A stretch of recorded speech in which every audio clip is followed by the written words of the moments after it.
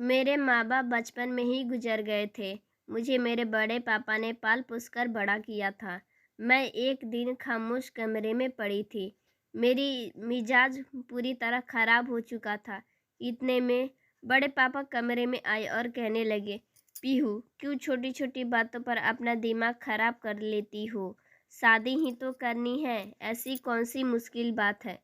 चल अब यह गोलियाँ खा ले, देखना कितनी जल्दी तेरी शादी हो जाएगी।" मैंने अजीब सी नज़रों से बड़े पापा की तरफ देखा। मेरी शादी का क्या मतलब? बड़े पापा ने मुझे ज़बरदस्ती उठाया कर बैठाया और कहने लगे, इतना सोचने की क्या ज़रूरत है? मैं तेरा बाप हूँ, जो भी करूँगा तेरे लिए बेहतर ही करूँगा। यह गोलियाँ और बड़े पापा की बात मेरे सर के ऊपर से गुजर जाती थी, लेकिन बड़े पापा के आगे मेरा कहाँ चलने वाला था, इसलिए मैंने खामोशी से दवा खा ली। पता नहीं मेरी किस्मत में क्या लिखा था। 35 साल की उम्र में भी मैं अपने बाप के दहलीज पर बैठी हुई थी, जबकि मेरी उम्र की सारी लड़कियां अब तक 4 बच्चों की मां बन चुकी थीं। अब तक ना जाने कितने लोग मेरे लिए रिश्ता लेकर हमारे घर आए थे, लेकिन ना जाने वह क्यों मुझे देखते ही कुछ कहते बिना ही चले जाते थे या फिर शादी से इनकार कर देते थे। जिसके बाद मैं आईने के सामने खड़ी खुद को देखी, आखिर मुझ में ऐसी क्या कमी है जिससे मेरी शादी नहीं हो रही है। इसलिए मैं अपने बाबा से बोली कि आखिर कब तक मुझे यूं ही आपके घर में बैठे रहूंगी। मैं भी चाहती थी कि मैं और लड़कियों के जैसे मेरा पति भी मुझसे प्यार करे, मैं उसके साथ घूमूं फिरूं, उसके साथ अपनी ज़िंदगी बिताऊं, लेकिन पता नहीं क्यों मेरी शादी ही नहीं हो रही थी। मैं जब भी पापा से शादी की बात करती, बड़े पापा वही 7 गोलियां मुझे खाने को देते और कहते कि देखना, जल्दी ही तेरी शादी हो जाएगी। कभी-कभी तो मुझे लगता कि उम्र के साथ-साथ बड़े पापा का दिमाग भी खराब हो गया है। यह कैसे हो सकती थी? मुझे गोलियां खाते हुए 5 साल गुजर चुके थे। फिर एक दिन मेरे लिए शहर के एक बड़े वकील का रिश्ता आया, जिसकी बीवी का इंतकाल हो गया था। मैंने बड़े पापा से कहा कि मुझे इस रिश्ते से कोई एतराज़ नहीं है, आप मेरा रिश्ता यहाँ कर दें। लेकिन बड़े पापा ने इनकार कर दिया कि वह किसी शादीशुदा मर्द से मेरी शादी हरगिज़ नहीं करेंगे। बड़े पापा की इस बात पर मुझे बहुत ही गुस्सा आया था। अब मैं कोई 16-17 साल की जवान लड़की तो ना थी, जिसके लिए बड़े पापा के मनपसंद का रिश्ता आता। बड़े पापा की इस ख्वाहिश ने मेरी उम्र निकाल दी थी। मैं गुस्से से वापस अपने कमरे में चली गई। कुछ देर में बड़े पापा कमरे का दरवाज़ा ज़ोर से बजाने लगे। मजबूरन मुझे दरवाज़ा खोलना पड़ा। बड़े पापा कमरे में आए और आकर प्यार से मुझे समझाने लगी कि पीहू, इतना जल्दी ज़िंदगी से हार मान लेना और किसी से भी शादी करने के राज़ी हो जाना आगे ज़िंदगी के लिए ठीक नहीं है। तेरी किस्मत में तो बहुत अच्छा लड़का लिखा है। मैंने गुस्से में बड़े पापा से कहा कि वह अच्छा लड़का कब तक आएगा बड़े पापा? जब मैं बूढ़ी हो जाऊंगी तब? फिर पापा ने वही 7 गोलियां और दूध का गिलास मेरे आगे रखा और कहने लगे, इसे पी लो, फिर देखना कैसे अच्छा लड़का मिलेगा। मैं पापा से साफ साफ कह कि अब मुझे कोई गोलियां नहीं खानी। इतने सालों से जब भी शादी का नाम लिया है, आपने यह 7 गोलियां खिलाकर मुझे खामोश कर दिया है। यह जादू की गोलियां हैं जो मेरी किस्मत बदल देंगी। मैं गुस्से में पापा को देखा। अब तक तो इन गोलियों ने से ना मेरी किस्मत बदली थी और ना ही मेरी शादी हुई थी। ऐसे नहीं कि मेरे लिए रिश्ते नहीं आते थे, लेकिन ना जाने क्यों रिश्ते वाले इनकार कर चले जाते थे या फिर उनके बोलने से पहले ही बड़े पापा खुद ही मना कर देते थे। बड़े पापा ने जब भी मुझे पहली बार यह गोलियां खाने को दिया था, मैं बहुत हैरान हुई थी।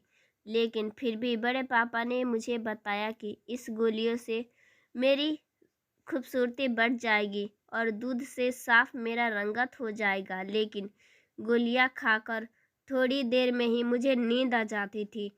इसी तरह 5 साल गुजरने के बाद भी ना ही मेरी दूध जैसी रंगत हुआ था और ना ही मेरे द्वार पर मेरे लिए कोई बारात लेकर आया था।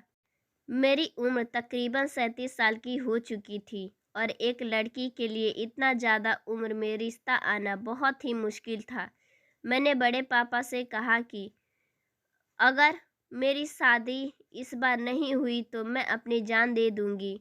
मेरे हाल देखकर बड़े पापा ने मुझे वही 7 गोलियाँ खिलाई और तसल्ली दी कि इस बार तुम्हारी शादी ज़रूर होगी। दूसरे दिन एक रिश्ते वाले हमारे घर चले आए। लड़की की बहन मौसी के साथ आई थी और उसने पहले बार नज़र में ही मुझे पसंद कर लिया। यह बात मेरे लिए बहुत हैरानी वाली थी, क्योंकि मेरी उम्र बढ़ने के साथ-साथ मेरे चेहरे पर झुर्रियाँ भी पड़ गई थी। मुझे लगा कि उसका भाई शायद मुझसे भी कहीं ज़्यादा उम्र वाला होगा या फिर पहले से ही शादीशुदा होगा, इसलिए उन्होंने मुझे पसंद कर लिया है। लेकिन जैसे ही तस्वीर मेरे हाथ में आई, मेरे होश ही उड़ गए। वह तो उम्र से मुझ में छोटा ही लग रहा था और जवान था। मैं तो हैरान या परेशान बार-बार तस्वीर को देखे जा रही थी और फिर उन लोगों के जाने के बाद जब यही बात मैंने अपने बड़े पापा से कही तो बड़े पापा हंसकर बोले कि ले तेरी किस्मत खुल गई है, मुझे भी यह रिश्ता पसंद है। बड़े पापा ने इस रिश्ते के लिए जैसे ही हामी भरी, मैं खुशी से झूम उठी। बड़े पापा की गोलियां काम कर गई थी। बड़े पापा ने महीने भर में ही मेरा शादी तारीख निकाल दी थी और जल्दी जल्दी शादी की सारी तैयारी मैं करने लगी थी। मेरी शादी होकर मैं अपने ससुराल की दहलीज पर पहुंच गई थी। मैं लाल जोड़े में दुल्हन बनी बैठी थी और यह मेरी शादी की पहली रात थी और इस शादी को लेकर मैंने बहुत सारे सपने सजाए हुए थे और आज जब यह रात आई तो मैं बहुत खुश थी, पागल हो रही थी।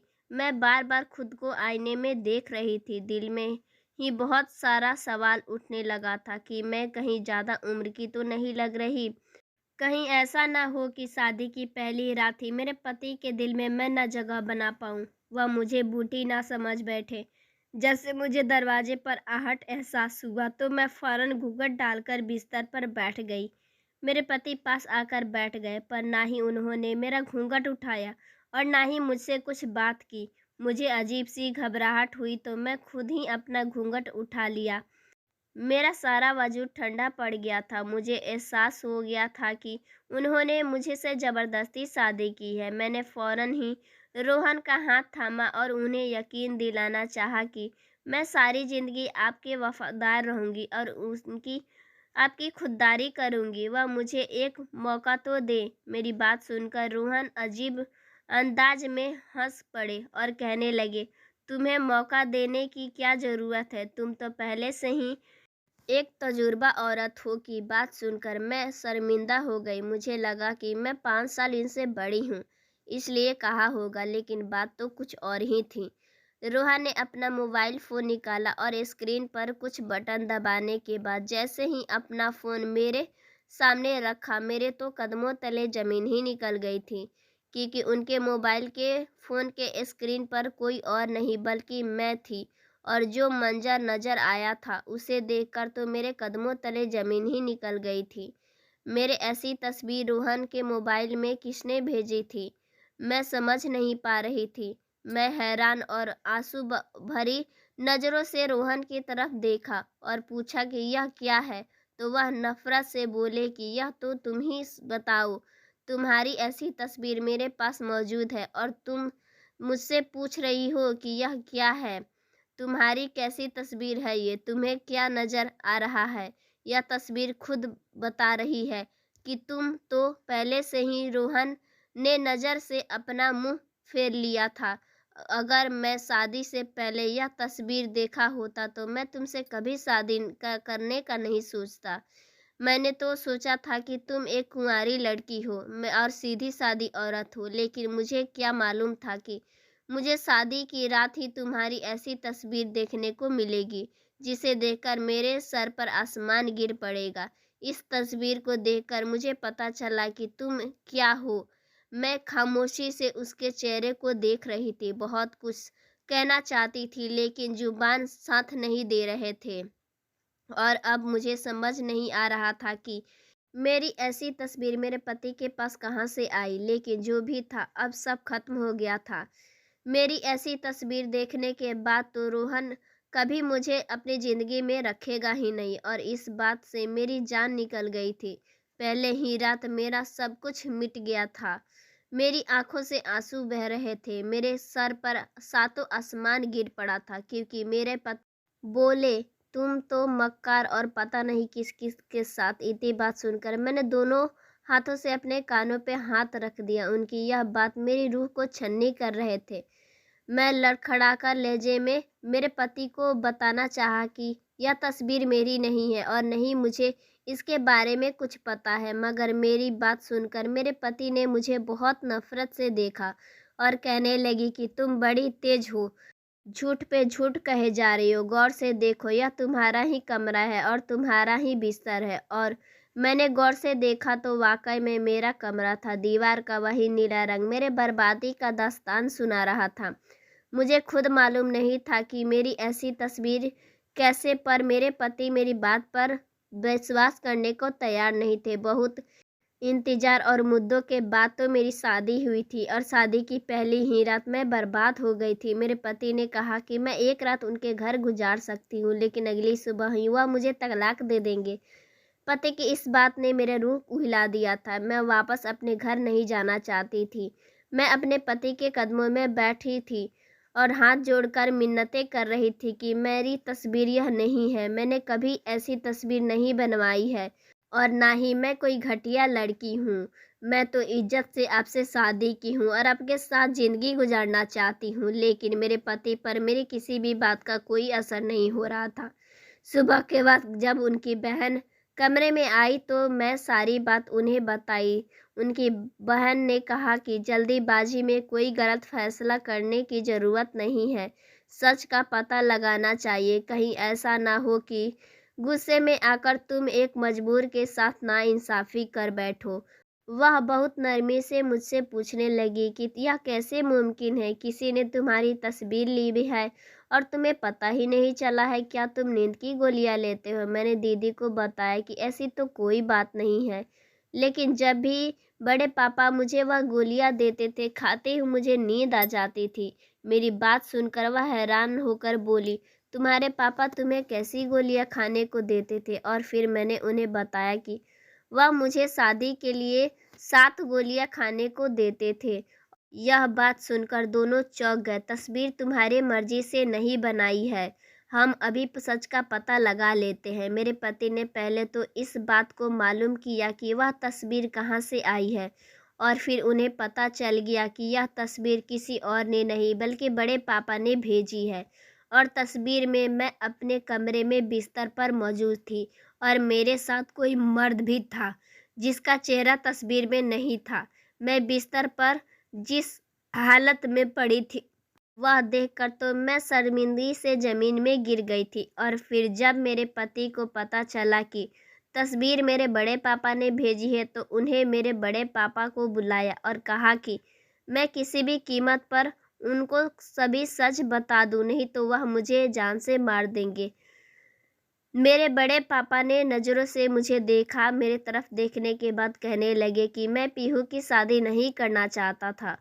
अपने इकलौते बेटे को मैंने यह सोचकर बहुत मोहब्बत से बड़ा किया कि वह बुढ़ापे में मेरा सहारा बनेगा, मगर वह मुझे छोड़ गया था। मैं उम्र की इस हिम्मत में तन्हा नहीं रहना चाहता था, इसलिए मैंने फैसला कर लिया था कि मैं कभी पीहू का शादी नहीं करूँगा। लेकिन फिर शादी के नाम पर पीहू ने खुदकुशी करने की धमकी दी, तो मजबूरन मैं तुमसे उसकी शादी करा दी, उसे यह दिखाने के लिए कि मैं उसके शादी के खिलाफ नहीं हूँ।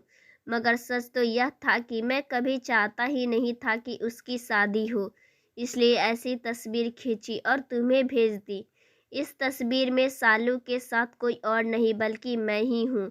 सालू नींद की दवा को आगोश में आ गई थी, वही दवा जो शादी के नाम पर मैं पीहू को खिलाता था, और पीहू के बेहोशी में मैंने उसकी तस्वीर ली थी ताकि ऐसी तस्वीर देखकर तुम फौरन उसे तलाक दे दो।